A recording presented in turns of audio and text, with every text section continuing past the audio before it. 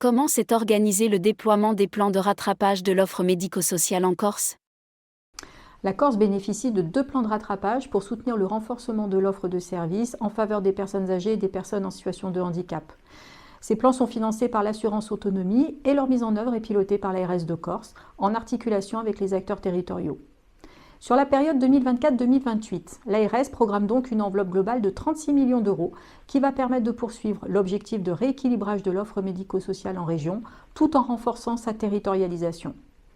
En repartant des priorités définies dans le schéma régional de santé, nous avons étudié les besoins de chaque territoire. Nous avons alors identifié les solutions à organiser pour assurer à la population un recours facilité à l'offre de services qui leur est nécessaire pour soutenir leur inclusion et leur assurer le maintien dans leur lieu de vie. Quelle programmation pour ce territoire? Pour ce qui concerne le Pays de Balagne, la programmation 2024-2028 repose sur la mobilisation de 3,4 millions qui permettront de développer des actions tant pour les personnes âgées que pour les personnes en situation de handicap et leurs aidants. Cette enveloppe financera le fonctionnement d'une offre supplémentaire à celle intervenant déjà sur le territoire. Un exemple d'action pour mieux répondre aux besoins de la population de ce territoire?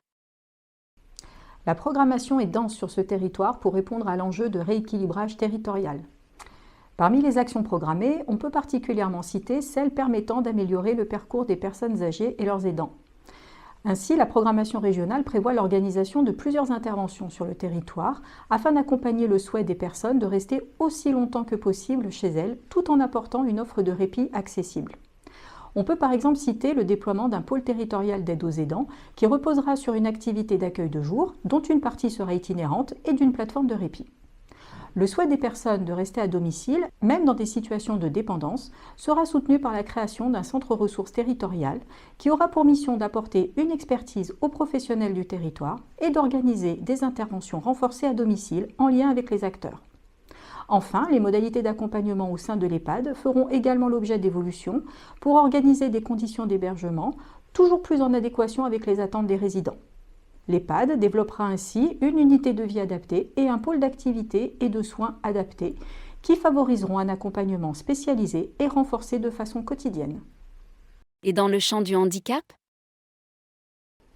Dans le champ du handicap, il est prévu de déployer une offre d'hébergement pour les adultes nécessitant un accompagnement permanent dans la réalisation des actes de la vie quotidienne. Cette offre permettra de proposer à la fois un accueil de répit, une offre d'hébergement, soit individuelle, soit collective, tout en organisant les accompagnements socio-éducatifs et paramédicaux nécessaires à l'inclusion des résidents et à la réalisation de leurs projets de vie.